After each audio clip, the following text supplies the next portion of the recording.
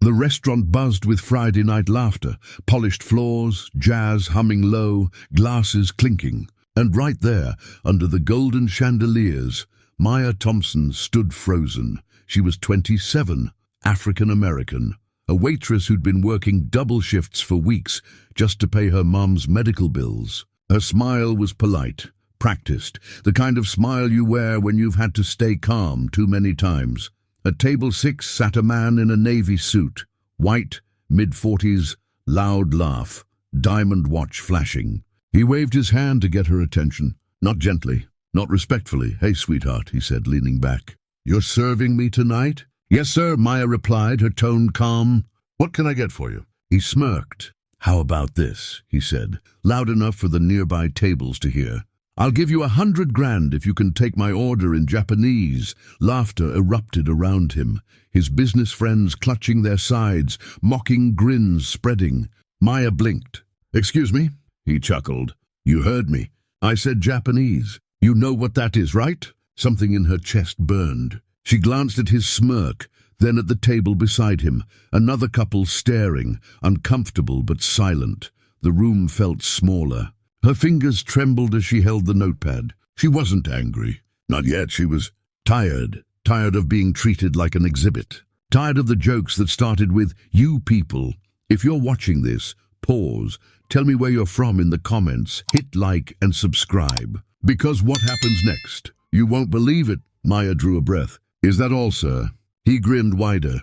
"Unless you can speak Japanese." "But I doubt it." The other waitress, Sarah, whispered as she passed. "You okay?"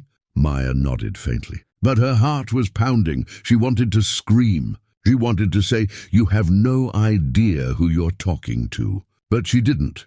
Not yet. Instead, she smiled, turned away, and whispered something, not in English. The man's laughter stopped. He frowned. "What did you just say?"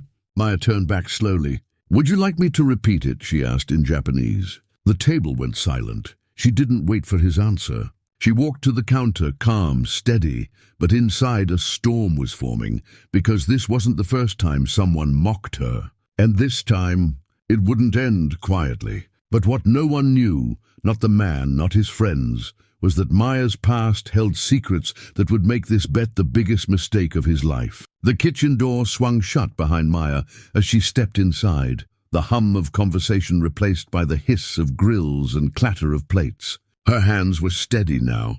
Her breathing wasn't, "Hey," Sarah whispered, rushing over. "What was that about?" He said Japanese. Maya gave a half smile. "Yeah, guess he thinks I don't know the difference between an insult and a challenge." Sarah frowned.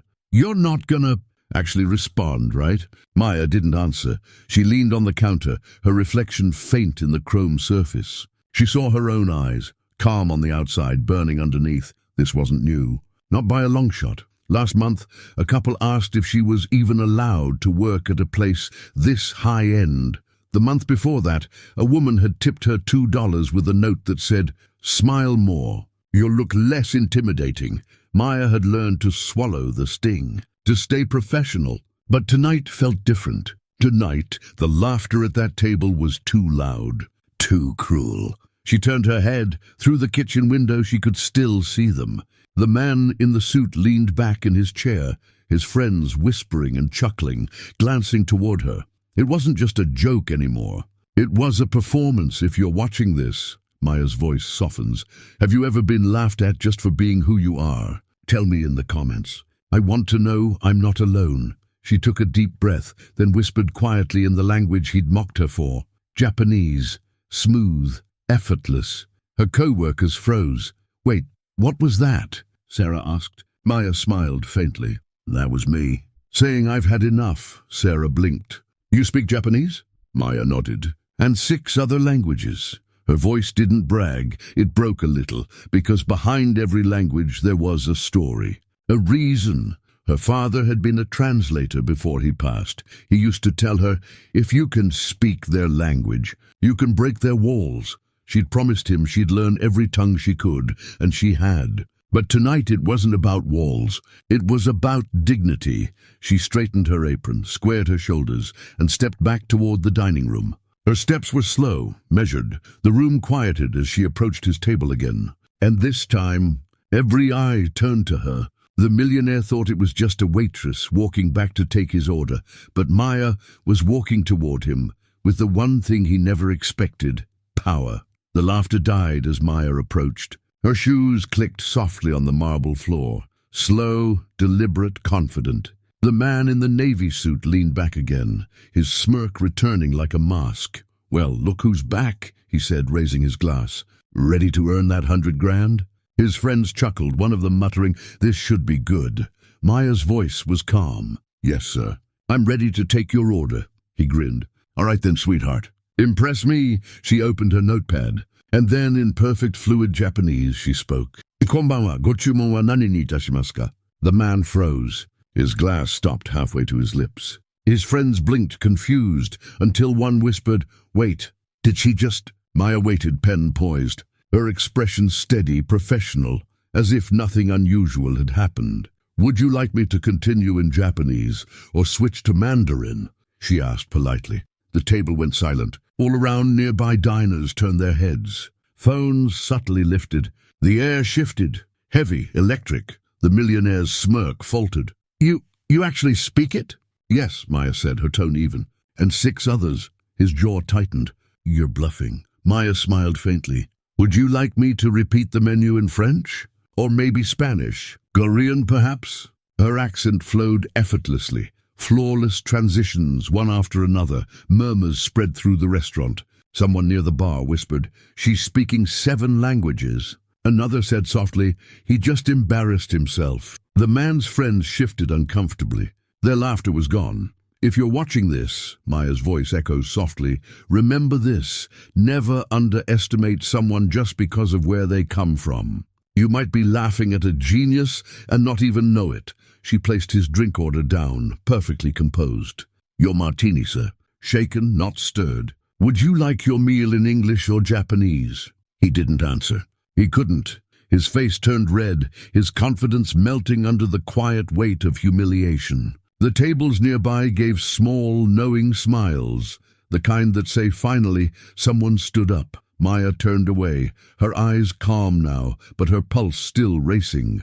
She'd done this before, stood tall when the world tried to make her small. But this time, someone had recorded it, and that was about to change everything. The clip of Maya's calm, flawless Japanese would go viral by morning, but what it brought into her life was far bigger than fame. It was danger. By morning, Maya's phone wouldn't stop buzzing. Ping, ping, ping. Hundreds of notifications. Comments, shares, messages, all pouring in like a flood. At first, she didn't understand what was happening. Then Sarah called. "Maya, check Twitter, now." Maya opened the app and froze.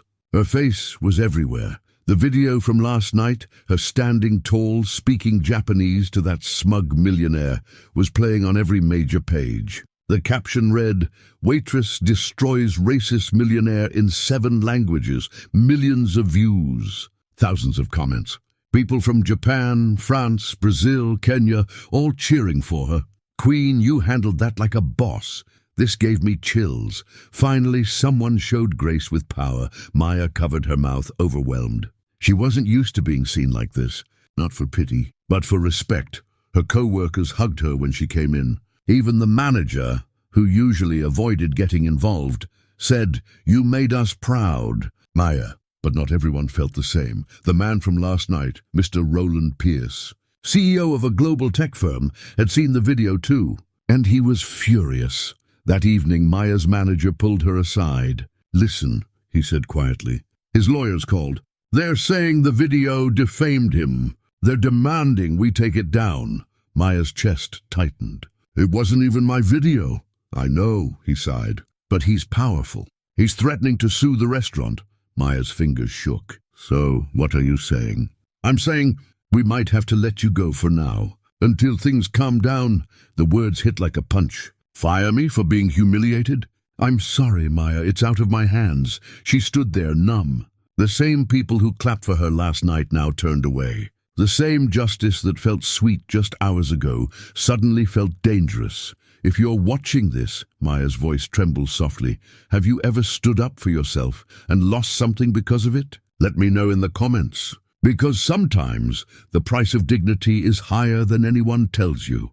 Maya walked out of the restaurant, uniform folded under her arm. Outside, the world was still cheering for her online.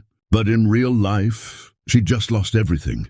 The world was calling her a hero, but behind closed doors, powerful men were planning to make sure Maya never worked again. The rain poured hard that night. Maya sat in her small apartment, the glow of her phone lighting her tired face. Her name, Maya Thompson, was trending across every social platform. But in her email inbox, a very different story was unfolding. We regret to inform you. Unfortunately, we've decided to move in another direction. Every job application she'd sent, suddenly rejected. 3 restaurants, 2 hotels, 1 private catering firm. All said no. At first she thought it was coincidence. Then Sarah called again. Maya, someone posted that Roland Pierce called you a fraud on LinkedIn. He's saying you faked the language thing to get attention. Maya froze. He what? Yeah, he's calling you a liar. Says you were planted there by activists trying to ruin his reputation. Maya's heart dropped. But there's video proof. I know. But he's rich, Maya. People believe money before they believe truth. She looked at her phone again. The same internet that had lifted her up yesterday was now full of noise. Some praised her. Others mocked her. She's faking the accent. No way a waitress speaks 7 languages. This is what happens when people play the victim card. Her eyes burned, scrolling through the hate. It wasn't just online. Someone had leaked her address. An envelope slid under her door that morning. Inside, one line scrawled in red ink. Stay quiet or we'll make you. Her chest tightened. She locked every door, checked every window. This wasn't fame anymore. This was fear. If you're watching this, she whispered shakily, remember, going viral isn't always victory. Sometimes it just paints a bigger target on your back. She tried to stay strong. Her father's old words echoed in her mind. When they come for your voice, that's when you speak louder. So she opened her camera. Hit record? Her voice trembled at first, then steadied. I'm Maya Thompson, she said. And yes, I speak 7 languages. My father taught me that words can heal, but they can also expose truth. And maybe that's what scares them. She uploaded the video. Within hours, it hit 1 million views. But so did something else. A leaked recording, a secret meeting between Roland Pierce and his PR team. And in that audio, his words would turn the entire story upside down. The world had seen Maya's calm, but now they were about to hear the billionaire's truth. And it was uglier than anyone imagined. The internet exploded. Someone, no one knew who, had leaked the audio file titled Roland Pierce, the Waitress Scandal, Uncut. Maya woke up to hundreds of messages. Girl, you need to hear this right now. She pressed play. The voice was unmistakable. Roland Pierce, cold, sharp, arrogant. You think I care what she speaks? She's a waitress. I could ruin her career with one phone call. If people start thinking I'm racist, I'll just flip it. Call her a liar. It always works. You think anyone believes a black waitress over a millionaire? Maya's hands shook. Her jaw clenched so hard it hurt. Every word hit like fire. The file spread faster than anything she'd ever seen. Within hours, it was on every major outlet. CNN, NBC, BBC. Sergio Roland Exposed trended across the globe. Maya sat silently on her couch, watching news anchors debate her life like it was a TV episode. Her phone rang, an unknown number. She hesitated, then answered. Miss Thompson, this is the Daily Line. We'd love to have you on our morning show to share your story. Her voice barely found words. You really want to hear my side? Everyone does now. She hung up and just stared at her reflection in the window. For the first time, the world wasn't laughing at her. They were listening. Sarah came over that night, breathless. Maya, you're not going to believe this. He stepped down. Roland Pierce resigned this afternoon. Maya blinked, speechless. He what? Sarah nodded. Public pressure. His board forced him out. You did it, Maya. But Maya didn't smile, not yet. Because deep down she knew powerful men don't fall without striking back. If you're watching this, she said softly into her phone camera, remember this moment. Because sometimes, when the truth comes out, the real fight begins. That night she scrolled through her messages again. People calling her brave, strong, inspirational. But tucked between them was a chilling text from an unknown number. "You think this is over?" Her chest went tight. The next morning, a black car started following her. The world thought Maya had won, but what followed next would test her courage in ways no viral fame ever could. The morning air was heavy. Maya tightened her coat and stepped out onto the street, eyes darting toward the black SUV parked across from her building. Its tinted windows gave nothing away, just still, silent glass. At first she thought she was imagining it. Then she turned the corner. The SUV turned too, her heart thudded. She stopped at a coffee shop, pretending to scroll through her phone. Minutes later, the same car passed by slowly, then circled the block again. She whispered to herself, "Stay calm, Maya.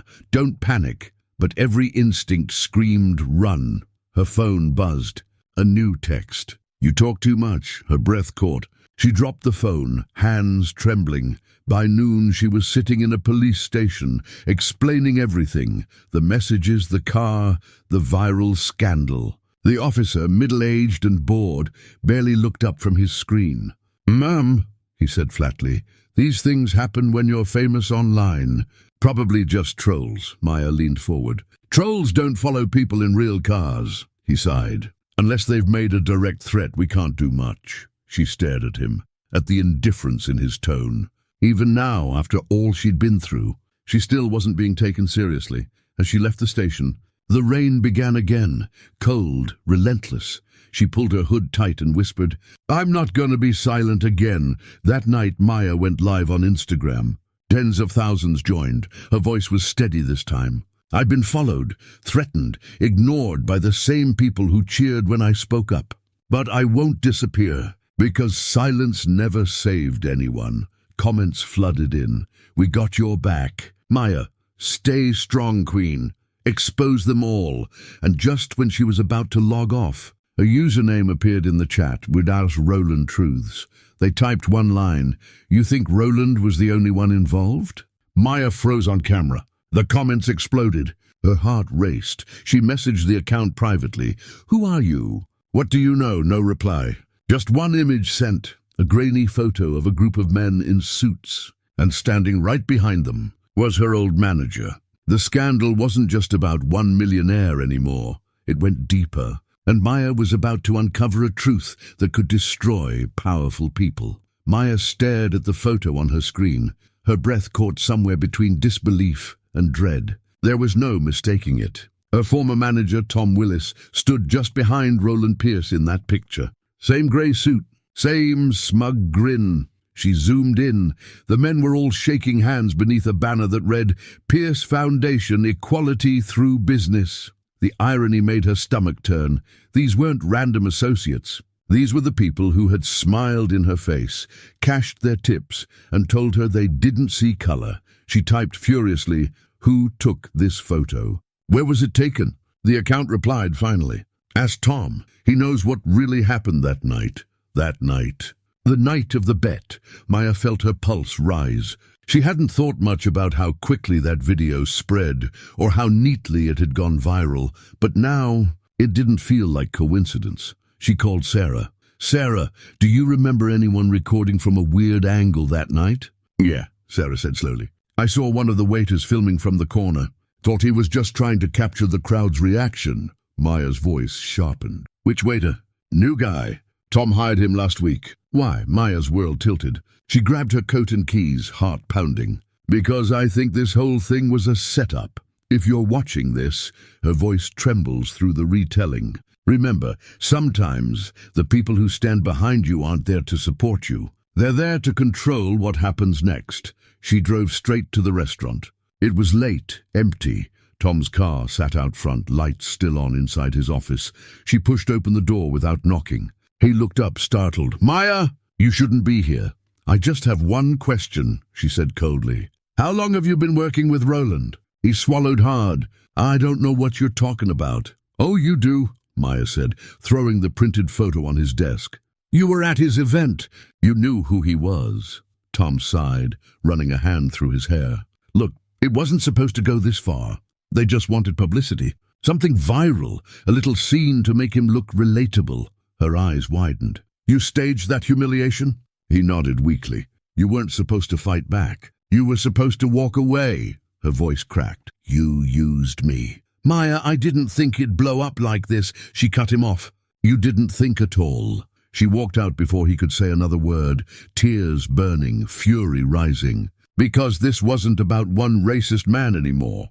It was about a whole system built to use people like her as props. But before the night was over, Maya would receive one final message, proof that someone even higher than Roland had been pulling the strings all along. Maya sat in her car, engine off, rain pelting the windshield like gunfire. Her mind raced with every word Tom had said. A setup, a stunt. You weren't supposed to fight back. She felt sick, used, betrayed, and yet something still didn't fit. Roland Pierce had fallen. His company had tanked. So why were people still trying to silence her? Why was she still being followed? Her phone buzzed again. A new message. Same anonymous account, Roland Truths. This time just one line. You should check who funded the restaurant. Her breath caught. The restaurant, her workplace, her second home, her safe space for years. She quickly searched business records. It didn't take long to find it. Under layers of shell companies and fake names, one investor stood out, the Pierce Foundation. Her stomach dropped. The restaurant was his. She'd been serving under his brand the entire time. If you're watching this, she whispered to the camera.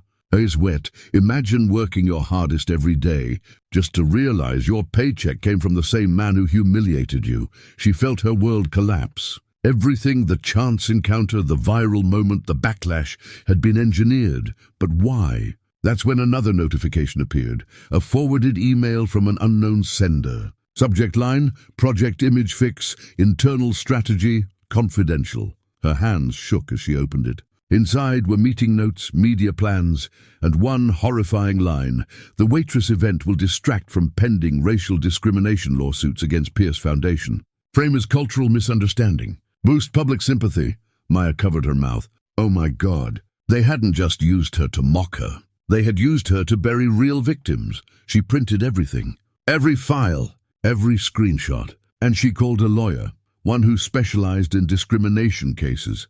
The next morning, Maya stood outside the courthouse. Her hands were trembling, but her eyes burned with something new. Resolve. For the first time, she wasn't reacting to the story. She was writing it, a reporter shouted as she walked past. Maya, are you suing the Pierce Foundation? She stopped just long enough to say one sentence. Steady, powerful. I'm not suing for money. I'm suing for the truth. But the closer Maya got to justice, the more dangerous it became. And soon, someone from inside the system would come forward with a confession that would change everything. The courthouse steps were cold beneath Maya's feet as reporters swarmed around her. Flashes popped. Microphones stretched toward her face. But she didn't flinch. Not this time. She walked through the double doors, heart pounding, clutching her folder of evidence, the leaked emails, the photo, the audio. Each page a piece of the truth. Each word a scar-turned weapon. Inside, her lawyer, Alicia Gomez, a civil rights attorney with fire in her eyes, greeted her. You're brave for doing this, Alicia said. You know they're going to come hard. Maya nodded. They already have. That afternoon, they filed the lawsuit, Maya Thompson versus the Pierce Foundation and Roland Pierce. The news hit every network within the hour. By nightfall, Maya's phone was once again on fire, messages from strangers thanking her, others warning her to back off. She ignored them all. But then, a new email appeared. No subject line, no name, just a single attachment labeled, You Deserve the Truth. She hesitated before opening it. Inside was a video, security footage, grainy but clear enough. The date stamp showed the night of the bet. And in the background of the restaurant, through the reflection of a mirror, she saw him, Tom, her manager, whispering to a man wearing an earpiece, and beside them, a woman in a red blazer giving directions. Maya froze. She knew that face. It was Lydia Crane, the Pierce Foundation's media director, one of the most powerful PR figures in the state. Her voice came through faintly in the video. Make sure he says something controversial. Cameras are rolling. We'll spin it as cultural humor later. Maya's stomach twisted. They had orchestrated everything, even his exact words. The 100K bet, the laughter, the outrage, all scripted. If you're watching this, Maya's voice trembled as she recorded a private video log. Remember, racism isn't always raw or loud. Sometimes it's polished, funded, scripted, sold as entertainment. Her lawyer watched the footage and whispered, "This changes everything. This isn't just discrimination.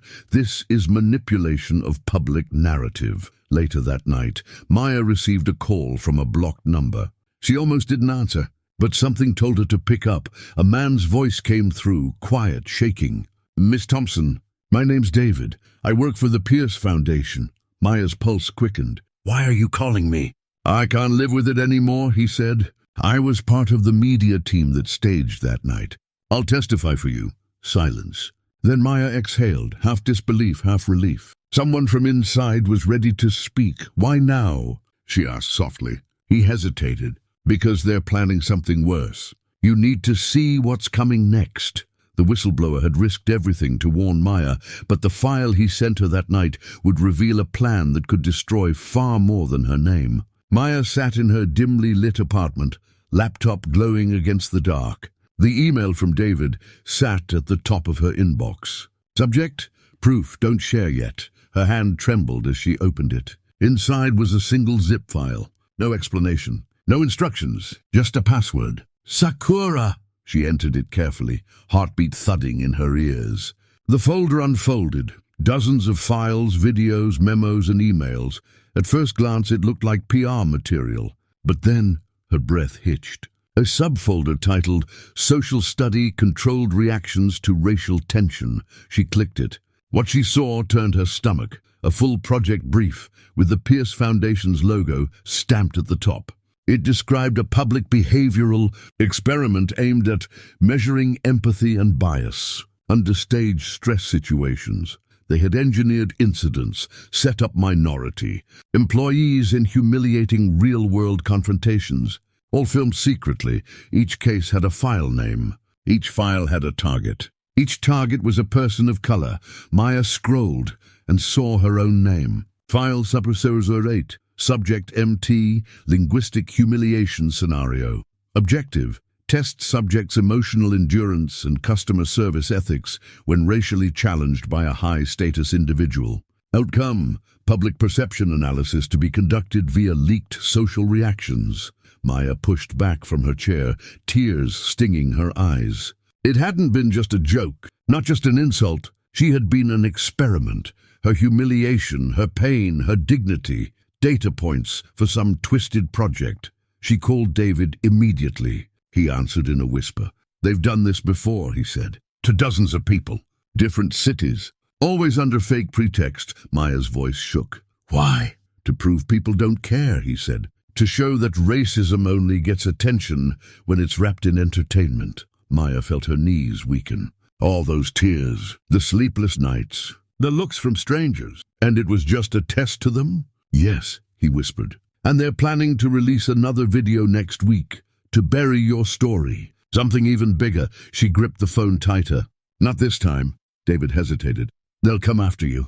You know that, right?" Maya's voice hardened. "Let them. I've been silent too long." That night, Maya began uploading copies of the files to multiple encrypted drives. She didn't know how deep the Foundation's reach went. But one thing was clear. She wasn't just fighting for herself anymore. She was fighting for every person whose pain had been packaged as content. The next morning, Maya would discover her apartment door ajar and realize the Pierce Foundation already knew she had the files. The door was open, just an inch, but Maya knew she had locked it last night. She froze in the hallway, her grocery bag slipping from her hand, apples rolling across the floor, one thudding softly against the doorframe. Her chest tightened. She took a step back, whispering to herself, "Don't panic, just breathe." The air inside her apartment felt wrong, cold, still. She pushed the door open slowly. The light flickered. Her laptop was gone. The desk, empty. Drawers pulled out. Papers scattered everywhere. Maya's stomach dropped. All her evidence, all her work gone. But then she noticed something strange. A single USB stick sat on the counter. No note, no label. Just a small silver drive. Left deliberately. Her hands shook as she picked it up. Plugged it into her backup laptop. A video began to play. It was Roland Pierce, sitting in a luxurious office, smirking straight into the camera. "Miss Thompson," he said smoothly, "I hope you've enjoyed your little investigation. You've caused quite a stir. But you should understand something. Perception is power.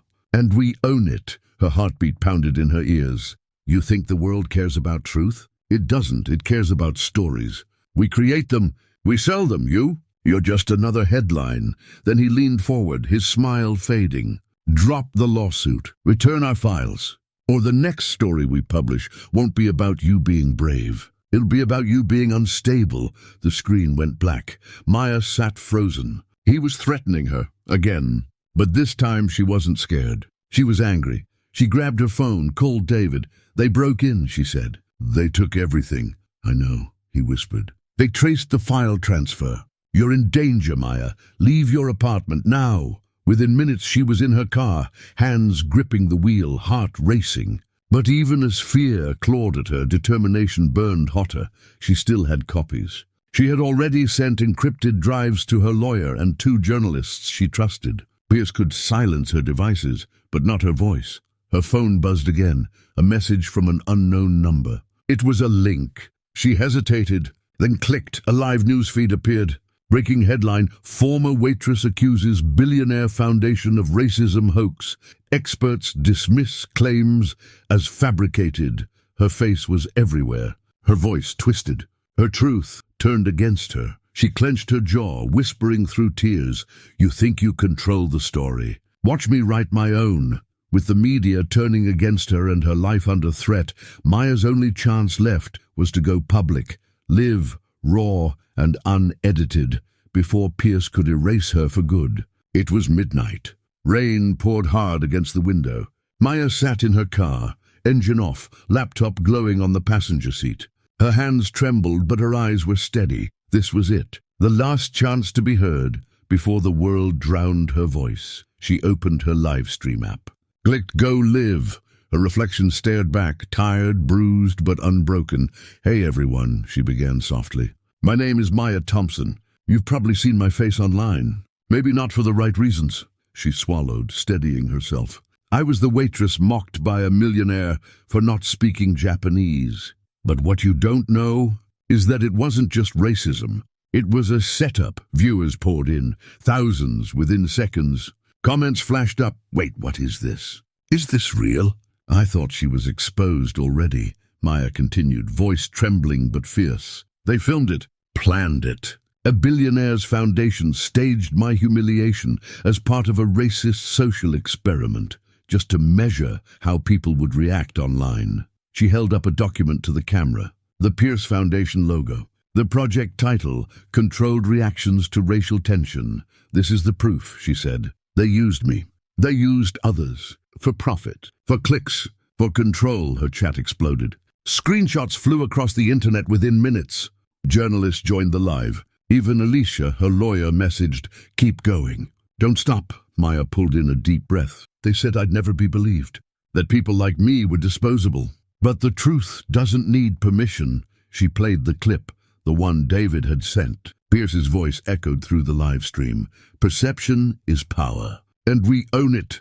Gasps filled the comment feed. Viewers flooded social media. Within an hour, hashtags trended worldwide. Justice for Maya and Nux Pierce experiment. By morning, the internet was on fire. Major outlets picked up the story. Politicians demanded investigations. The Pierce Foundation's website went offline. 2 days later, federal agents raided its headquarters. Lydia Crane and several executives were taken into custody. And Roland Pierce, the man who once laughed in her face, was seen escorted out in handcuffs. When the news broke, Maya stood outside the restaurant where it all began. The place where she'd been humiliated for the world to see. Now reporters gathered for her. But this time, they came to listen.